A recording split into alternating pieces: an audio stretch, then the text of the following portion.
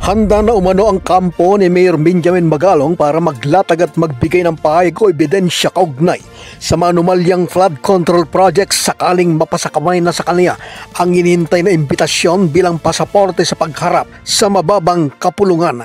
Ito ang maliwanag na pahayag ni Magalong mula sa isang ambush interview sa DRRM building sa naturang lungsod. Kasi hinihintay ko muna na ipatawag ako ng Kongreso.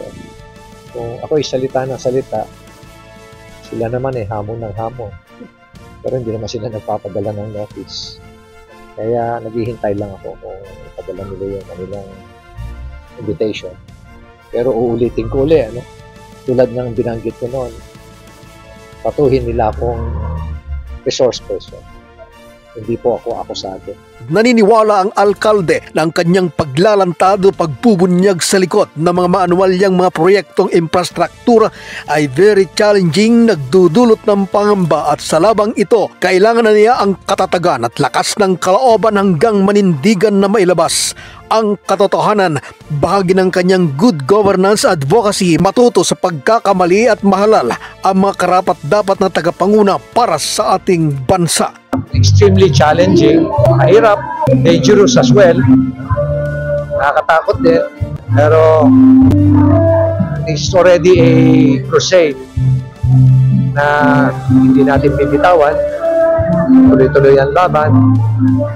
Gaya na sinabi ko nga, we will keep the fire burning maski na we are threatened or we will be threatened or maraming galit sa atin. Sa atin lang naman is about telling the truth and opening the eyes of the Filipino people para matuto na sila. Kailangan matuto na ang kapwa natin Pilipino na mamili ng tamang leader para mabuno ng ating bansa. Nilinaw naman ni Magalong bago umalis ang Pangulo noon matapos ang ginawang pagbisita sa Cannon Road ay kinausap nitong maayos si Benguet Congressman Eric Guyap sa Luwakan Airport para sabing gawan ng parang ayusin ang paggawa ng mga proyekto, partikular ang rock shed at rock netting sa Cannon Road, Tuba, Benguet. Ayos naman ang pagkakasabi nito. Gawan mo ng paraan, ayusin. Yung ano po? Siguro yung mga nakita niya sa Cannon Road, tulad yung rock netting at yung rock shed, kasi talagang ang funding niyan galing kay Congressman Yap. Dahil isa yan sa mga request ng DPWH sa kanya.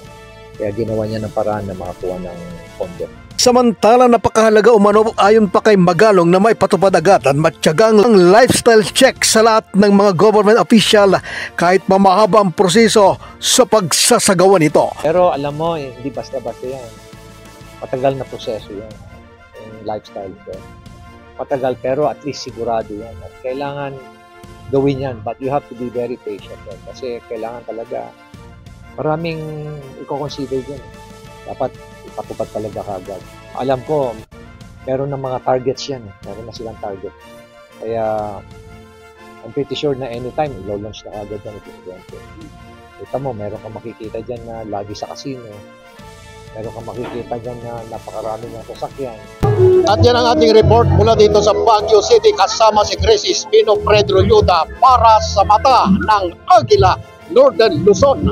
Matatag, matapang, matapak.